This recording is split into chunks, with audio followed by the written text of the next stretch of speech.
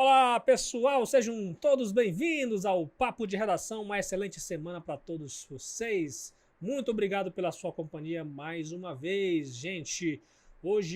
Que dia é hoje? 29 de maio de 2023, segunda-feira. Esse é o Papo de Redação, trazendo as principais notícias do dia, né? Também repercutindo um pouco do que aconteceu no fim de semana, né? Trazendo os nossos repórteres para conversar um pouco sobre principalmente segurança pública, minha gente. Ultimamente, a segurança pública está sendo tema de muita discussão, na verdade, muita notícia no nosso grupo Folha de Comunicação, em virtude de vários crimes que aconteceram na cidade, de mortes, de acidentes de trânsito. E a gente vai falar principalmente de segurança pública hoje, né? Porque teve uma operação contra criminosos, né?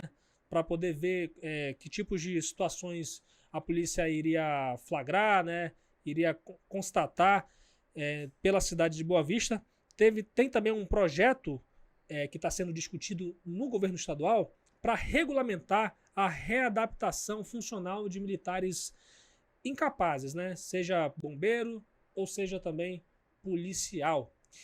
Então, desde já eu quero que você participe com a gente, enviando a sua mensagem para o 95999715300. E se você está acompanhando a gente pelo YouTube, pelo site da Folha também, é só você mandar o seu comentário pela seção de comentários do nosso canal no YouTube. Bem, minha gente, falando em operação, né? A Operação Saturitas, ela foi desencadeada pelas forças de segurança aqui do estado para reforçar o patrulhamento ostensivo em bairros violentos aqui da capital Boa Vista, em Roraima. Para isso eu trouxe o Vinícius Gonçalves, que vai falar para a gente. Primeiramente, uma curiosidade. Saturitas, o que significa esse nome? Saturitas é a palavra saturação em latim, Lucas. Não tem nenhum significado mais específico em relação a isso, não, do que o significado da própria palavra saturação em latim. Primeiramente, bom dia a todos. Bom dia, boa tarde, boa noite. Bom dia, boa tarde, boa noite, né? Você que nos escuta aqui no nosso mundo real é bom dia, né? Mas vai pra vocês aí, bom dia, boa tarde, boa noite, vocês que nos escutam nas plataformas de streaming ou no YouTube. Então, inclusive eu estava conversando antes aqui, antes da gente começar essa gravação, falando sobre que é um nome que já existia, né? Só que agora em latim, né? Pois é, Lucas, essa operação já vinha... na verdade, não exatamente essa operação, mas operações já vinham sendo feitas no ano passado, operações justamente com esse nome, né? Operação Saturação. Em português, as forças de segurança retomaram essa operação, agora fazendo essa adaptação aí do nome Saturação, agora em latim, agora a operação se chama Saturitas. Eu espero que a população não fique tão saturada desse nome também. Com todo respeito, trocadilhos, gente. Olha, ao vivo gelo, trocadilho, né? Aqui pra você. Que delícia, gente. Você tá ouvindo aí, hein? Então, gente, vamos falar agora de coisa séria. Vamos tentar manter a seriedade nesse papo de redação. Eu queria que você falasse um pouco, você acompanhou a coletiva de imprensa hoje com as forças de segurança, o que foi apresentado de dados, né, em relação a tanto de números de policiais que participaram dessa operação, quanto também de resultados, né, do que eles encontraram nesse trabalho desse final de semana. Pois é, Lucas, a operação ela teve a sua primeira fase esse fim de semana. Nesse princípio de operação, ela se concentrou ali no bairro Senador Hélio Campos, né? Que é considerado um dos bairros mais violentos da capital, né? De acordo com os dados que as próprias forças de segurança têm, né? E ela deve ir se espalhando por outros bairros da Zona Oeste, né? Até percorrer toda a capital, né? E ir também para municípios do interior. Mas, a princípio, essas primeiras fases vão se concentrar nesses pontos específicos. No bairro Senador Hélio Campos, né, a operação teve ali 174 profissionais de segurança envolvidos, né, a gente está falando de policiais militares, policiais civis, né, agentes de trânsito, que o Detran também fez parte da operação, né, com 428 pessoas abordadas, 162 veículos abordados, né, os bombeiros também vistoriaram alguns estabelecimentos comerciais, 17 estabelecimentos foram vistoriados pelos bombeiros, né, e ao todo, ali, o saldo final, tivemos 3 foragidos presos e outras 2 pessoas detidas em flagrante. Os militares não explicitaram quais foram os motivos dessas prisões. Aí, no caso dos foragidos, por quais motivos eles estavam com mandado de prisão em aberto, né? E também não foi apreendida nenhuma quantidade de droga ou nenhuma arma nessa operação. Caramba, eu particularmente acho muita gente, né, trabalhando numa operação grandiosa como essa, que inclusive pelo que divulgaram, né, considerada a maior operação, né, das forças de segurança, né, em conjunto no Estado. Né? Muita gente trabalhando para prisão, por pouca prisão. Não sei se o pessoal tava se escondendo, né, aí pelos interiores, não sei, até porque foi feita em Boa Vista essa operação, né? Sim, sim. A Sussa, principalmente que a gente está falando do bairro Senador Hélio Campos, que é um dos bairros mais violentos. Se a gente for pegar, se não me engano, há uma semana atrás, a gente teve aquele ataque a tiros, né? Sim. Onde 2 pessoas morreram, uma pessoa ficou ferida no braço, né? Em um ataque a tiros na noite de, se não me engano, da última semana. Né? E a gente tem várias ocorrências no bairro, né? Com várias, inclusive apreensões de drogas e armas. Acho que talvez esse seja um dado até evidente da operação, né? Nenhuma droga, nenhuma arma apreendida. Isso foi inclusive questionado aos representantes da mesa durante a coletiva. Eles disseram que é de fato pela efetividade da operação. Né? A operação foi efetiva, trouxe segurança à população, inclusive afastou alguns dos criminosos que estavam ali por vias, né, traficando drogas. A gente sabe que o Senador Hélio Campos tem muitos pontos de venda de drogas, né? E por conta da operação, esses criminosos se afastaram, né, da região durante a ação ostensiva. Mas, no mínimo, é estranho, né, porque é frequente, inclusive, a quantidade de apreensões, né, de drogas e de armas que são feitas no Senador Hélio Campos, especificamente, e que no momento da ação policial, no momento de uma operação, né, desencadeada justamente com esse grande efetivo, a gente não tem uma quantidade tão grande, né, de prisões e nenhuma apreensão nem de arma nem de droga. Sou no mínimo estranho. Acho que a gente vai ver nos próximos dias com as ações em outros bairros, né, e até com mais dados, né, a serem divulgados nos próximos dias, as próximas ações que forem feitas, né, o porquê que isso está ocorrendo e que pontos as próprias forças de segurança podem trabalhar para, de fato, ou ampliar o número de quantidade de materiais apreendidos, né, ou de fato trazer mais segurança, né, para a população nesse sentido, né. Acho que se a gente tem esses dados, é no mínimo de se estranhar, né. Nosso papel aqui é justamente questionar e fazer essas análises aí, né, para ver que tipo de acontecimento, que tipo de fato pode estar ocorrendo aí com base nesses números e nessas ações que são feitas pelas forças de segurança. Pois é, parece até que esses bandidos estavam bem preparados, né, para uma operação como essa. Não estou querendo falar, constatar uma coisa aqui, mas, claro, é a questão do questionamento que a gente sempre faz, né? Mas, pelo visto, vai ocorrer outras operações também no interior, né, Vinícius? Eles indicaram isso? Sim. A indicação é essa. Vão acontecer mais operações, tanto em outros bairros de Boa Vista, né? Aí não só na Zona Oeste, né? Outros bairros da capital, né? E também seguindo para o interior do estado. Ótimo. Eles, claro, não vão adiantar as datas, né, que as operações vão ser feitas, até porque uma operação, né, se você informar a operação, você vai estar avisando, né, para os criminosos onde a operação vai ser feita, vai dar tempo deles se prepararem, né? Exato. Claro que eles não vão antecipar mais dados, mas a intenção é essa, que a operação deve ser feita aí nos próximos dias, mais operações devem ser feitas nos próximos fins de semana, né, com foco na Zona Oeste, e depois seguindo para outras regiões de Boa Vista e para o interior do estado. E aí, dentro desse foco, né, reforço do policiamento nessas regiões, com foco principalmente em cumprimentos de mandado de prisão, pessoas que já têm um mandado de prisão aberto, né, veículos que sejam adulterados, né, veículos com restrição de roubo, furto, né, uma ação ostensiva da Polícia Militar, principalmente também fiscalizando estabelecimentos comerciais, né, quais esses estabelecimentos comerciais estão funcionando com alvará ou não, se estão respeitando as normas de segurança, tanto normas sanitárias quanto normas mesmo de funcionamento, né? E a gente vai esperar os próximos dias para saber, né, onde essas ações serão feitas e quais serão os balanços, né, que podem inclusive subsidiar políticas públicas para a segurança. Acho que é essa a discussão mais importante, né? Que essas ações, além de reforçar o policiamento e trazer, né, uma sensação de segurança maior, mas que elas possam subsidiar políticas públicas para, de fato, né, nós temos uma Roraima, enfim, os municípios mais seguros nos próximos anos. Muito bem, Vinícius, muito obrigado pela sua participação e volte sempre aqui no Papo de Redação. Eu agradeço, até a próxima, gente. Olha, gente, eu vou falar agora do projeto de lei que está sendo discutido ainda dentro do governo do estado para poder regulamentar aquele procedimento de pedido, né, ou de ofício para que policiais e bombeiros militares estaduais possam ser readaptados, possam voltar a trabalhar, né? Isso, policiais e bombeiros que são considerados incapazes, né? Então, essa regulamentação ela vai ser feita por lei, e o projeto ainda vai ser enviado para a Assembleia Legislativa de Roraima.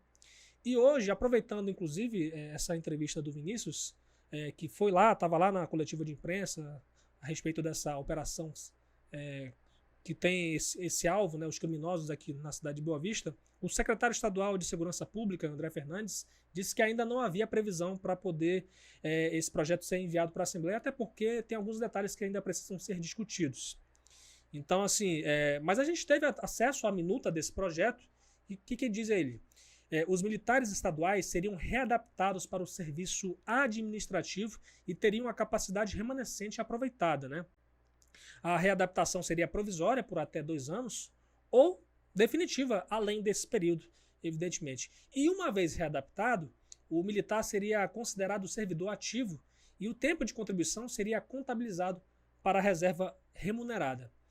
Como eu falei, o procedimento seria solicitado ou também de ofício do cargo. O procedimento, no caso, a jornada de trabalho do readaptado seria a mesma exigida para os demais militares que exercem a atividade administrativa em serviço ativo. Então, claro, evidentemente, o pessoal os militares que foram afastados, se tornaram inativos por questão de incapacidade, tem uma esperança de poder voltar ao trabalho, né, e também ter esse tempo de contribuição contabilizado para a reserva remunerada. Vamos acompanhar esse trabalho para ver como é que vai ser, né, a forma também, até porque é uma minuta ainda, né, então muita coisa, muito detalhe vai ser discutido ainda até ser enviado à Assembleia Legislativa e, por sua vez, os deputados vão ter que discutir detalhe por detalhe e acrescentar o que for necessário. Pessoal, eu estou aqui com a Vanessa Fernandes, porque a gente vai fazer um resumo aqui das ocorrências policiais do final de semana. Teve muita coisa, né, Vanessa? Seja bem-vinda ao podcast, sua estreia aqui no nosso papo de redação. Só para ter um resumo aqui, a gente registrou pelo menos 3 mortes nesse final de semana, 2 por acidente de trânsito e a terceira por um motivo banal, inclusive, né? Uma briga que aconteceu no interior por conta de R$50. Explica aí mais ou menos o contexto de cada ocorrência. Seja bem-vinda. Olá, Lucas. Muito obrigada. Olá para você que está nos acompanhando no podcast Papo de Redação. Então, esses 3 casos, né, essas 3 mortes ocorreram nesse final de semana, principalmente no sábado, né? Uhum. Todos ocorreram no sábado. As 2 primeiras mortes foram envolvendo trânsito, né? Foram acidentes de trânsito. A primeira foi de um idoso de 92 anos, que ele acabou passando a preferencial, né? Ele estava na Mário Amo de Melo, no cruzamento com a rua Padre Anchieta, no bairro Silvio Leite. Uhum. Ele acabou atravessando a preferencial e a moto colidiu em um carro de motorista de aplicativo, né? O idoso ele não morreu na hora, ele morreu no hospital, mas foi uma consequência desse acidente de trânsito que ocorreu na tarde do sábado. Sim. O segundo acidente ele já aconteceu de noite, né? Já de noitinha, já quase domingo, que vitimou o Djalma da Silva Matos, de 37 anos, que ele era passageiro de um carro, né? Que eles estavam, ele mais 3 pessoas estavam Sim. no carro na Avenida Brasil, lá no bairro Centenário, que eles colidiram com outro carro, com outro veículo, e o Djalma ele acabou ficando preso às ferragens, né? Precisou ser retirado pelo Corpo de Bombeiros, mas infelizmente ele acabou morrendo também nesse acidente. E a terceira ocorrência? A terceira ocorrência, né, no caso, essa terceira morte, foi por conta de uma briga, né, que aconteceu lá em São João da Baliza, no sul do estado.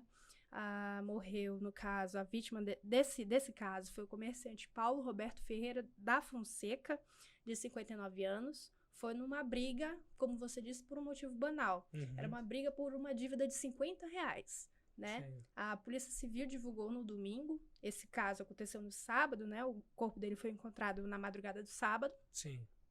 E a Polícia Civil divulgou ter encontrado os suspeitos. Dois suspeitos de terem cometido esse crime, né? De terem batido, né? Agredido o Paulo Roberto até a morte. Sim. O corpo dele foi encontrado no meio da rua, com pedaços de pau do lado, enfim. E essas 2 pessoas foram presas, né? Eles explicaram para a Polícia Civil que foi por conta dessa dívida. Eles começaram a discutir, a vítima saiu, retornou com o facão, e a partir daí iniciou-se essa discussão, essa troca de socos, enfim, essa troca de agressões que resultou na morte do Paulo Roberto. Mas também nesse final de semana a gente destaca um outro acidente que aconteceu também no sábado, que foi de um veículo, um Chevette, que colidiu com um caminhão que ia fazer uma conversão ali no Jardim Floresta, na Avenida Carlos Pereira de Melo, que também tem bastante acidente, né? A gente sempre está repercutindo algum acidente que ocorre ali, né, nessa avenida. Uhum.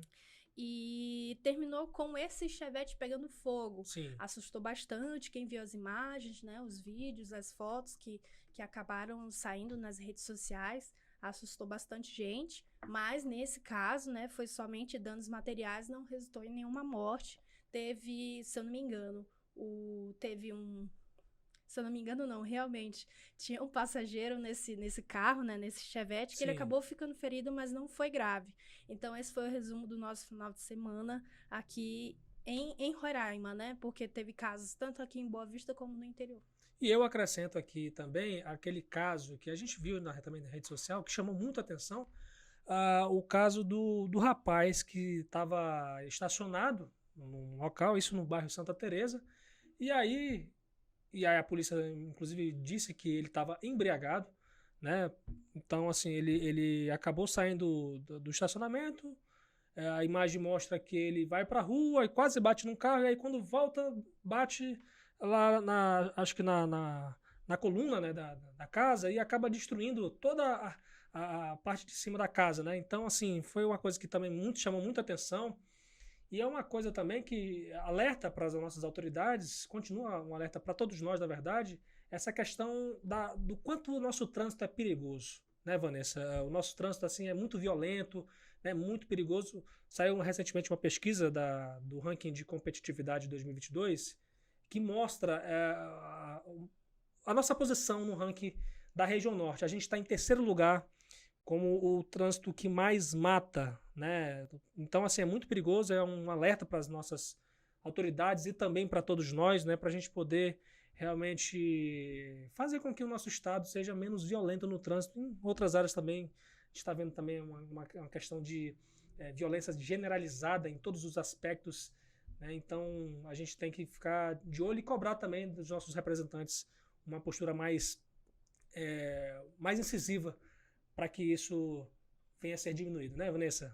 Exatamente, se cada um fizer a sua parte, né, tanto as autoridades como a população, né, cumprindo as regras, as leis de trânsito, o governo, né, fiscalizando, com certeza toda essa violência, tanto no trânsito como a criminalidade, vai diminuir. Muito obrigada, viu, Lucas, por essa participação. Valeu demais, Vanessa! E olha, gente, o Ministério da Cultura realizou hoje uma oficina técnica com gestores culturais sobre os detalhes da Lei Paulo Gustavo, que para cá, para o estado de Roraima, destinou quase 26 milhões de reais para fomentar o setor cultural.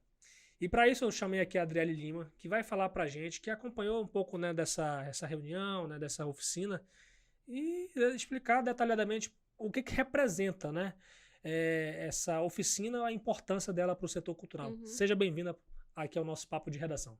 Obrigada, Lucas. É bom estar mais uma vez aqui. Então, lá na oficina, a oficina lá dura o dia inteiro, né? Então, nessa segunda-feira, desde de manhã cedo, às 8 horas, eles estavam realizando essa conversa, um debate, um diálogo com os gestores municipais e estaduais daqui de Roraima. E eles conversaram nesse primeiro momento sobre histórias, né, sobre representatividade. Eu conversei com a Natália Leitão, que ela é coordenadora da Diretoria de Assistência Técnica aos municípios e estados na área de cultura, e ela explicou que foi mais um bate-papo sobre representatividade, tanto que na mesa tinha representantes das pessoas com deficiência, também de igualdade racial. Então foi um debate sobre a cultura no estado e no Brasil inteiro. E agora, pela tarde, a conversa ia ser mais sobre as regras e como que os gestores eles podem aderir à Lei Paulo Gustavo e como que eles podem montar os seus projetos e utilizar os recursos de forma correta, porque é muito dinheiro. A Lei Paulo Gustavo no Brasil inteiro foram mais de 3 bilhões. Quase 4 bilhões de reais. Isso, quase 4 bilhões para o Brasil inteiro. Então é muito dinheiro e eles estão passando de estado por estado para explicar como que os gestores podem aplicar esses recursos de forma que até o Ministério da Cultura consiga acompanhar as prestações de contas que eles também terão que fazer ao longo de todo o edital, né? Então, esse evento ele foi realizado na Assembleia Legislativa, né? Isso. E, assim, alguma coisa a mais que você poderia destacar, que você reparou nessa reunião? Não tenho muito a destacar, não. É só que, assim, reforçar que esse valor, os quase 26 milhões, eles não vão ficar destinados somente ao estado de Roraima. Sim. Mas 75% dele é para o estado e os outros 6 milhões, que é mais ou menos 25%, vai ser dividido, né, entre as prefeituras, os municípios, né? Isso. Entendi. Tá certo, Adriele. Muito obrigado pela sua participação Nada. aqui e volte sempre ao nosso papo de redação. Nada, eu que agradeço o convite. Olha, gente, quero agradecer a sua companhia de sempre aqui, hoje, 29 de maio de 2023, ao nosso papo de redação. E aqui, deixar aqui o meu reconhecimento também à nossa edição de Fabiano Lopes, ao apoio técnico de Adão Figueiredo e Riover Herrera. A apresentação e produção é minha, Lucas Luquezzi, e desde já quero convidar você a seguir as nossas redes sociais, no Twitter, no Instagram e no Facebook, @FolhaBV, e aqui no YouTube, você que está no YouTube também, que está na rádio aí acompanhando a gente, @TV FolhaBV. Participe com a gente, mandando seu comentário no YouTube, muito fácil você comentar, e também pelo nosso zap, o 95999715300. Eu vou indo nessa, até amanhã, se Deus quiser.